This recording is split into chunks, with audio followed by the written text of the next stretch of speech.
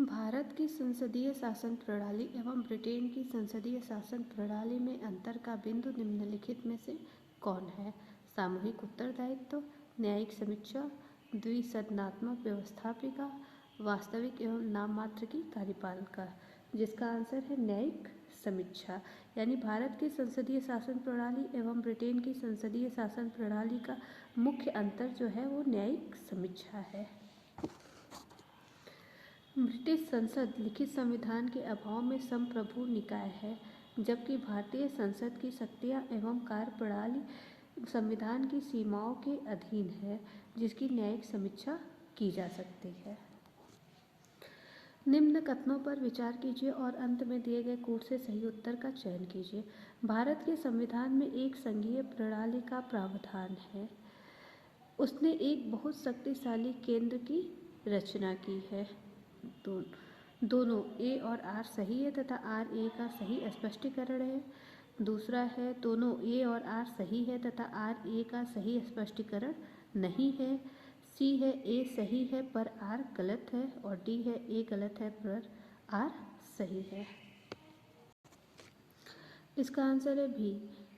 भारतीय संविधान एक संघीय प्रणाली का प्रावधान करता है क्योंकि केंद्र और राज्यों के मध्य शक्तियों का स्पष्टतः विभाजन है।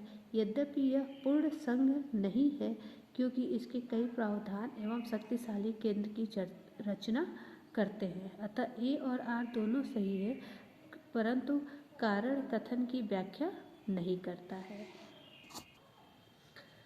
कथन ए, भारत में संघवादिता व्यवहारिक नहीं है। कारण आर, भारत एक संघीय राज्य नहीं है। नीचे दिए गए कूट से सही उत्तर चुनिए। कूट क्या है? ए तथा आर दोनों सही है, आर ए की सही व्याख्या है। ए तथा आर दोनों सही है परंतु आर ए की सही व्याख्या नहीं है। ए सही है परंतु आर गलत है, ए गलत है परंतु आर सही है। इसका सही आंसर है सी, ए सही है परंतु आर गलत है। यानी भारत में संघवादिता व्यवहारिक नहीं है। भारत एक संघीय राज्य नहीं है, ये बात गलत है। भारत में संघवादिता व्यवहारिक नहीं है, ये बात सही है। नेक्स्ट है, निम्न में से कौन एक भारत के संविधान का संघीय लक्षण नहीं है?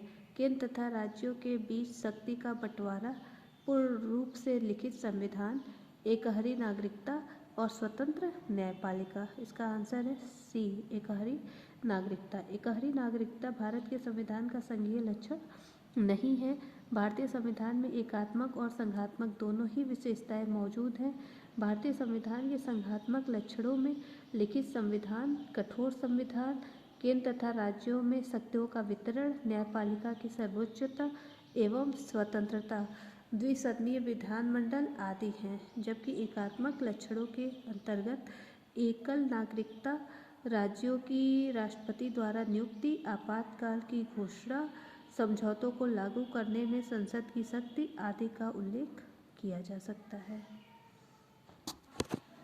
भारतीय संघीय व्यवस्था में कौन से एकात्मक तत्व पाए जाते हैं?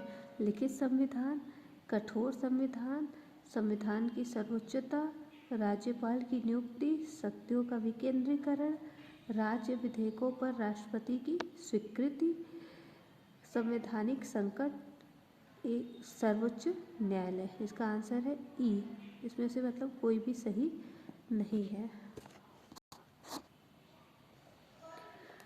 इनमें से कौन सा भारतीय संघीय व्यवस्था में एकात्मक तत्व है? शक्तियों का विकेंद्रीकरण, राज्यपालों की नियुक्ति, राज्यसभा में असमान प्रतिनिधित्व, न्यायिक पुनर्विलोकन, अखिल भारतीय सेवाएं, द्विसदनात्मक व्यवस्थापिका।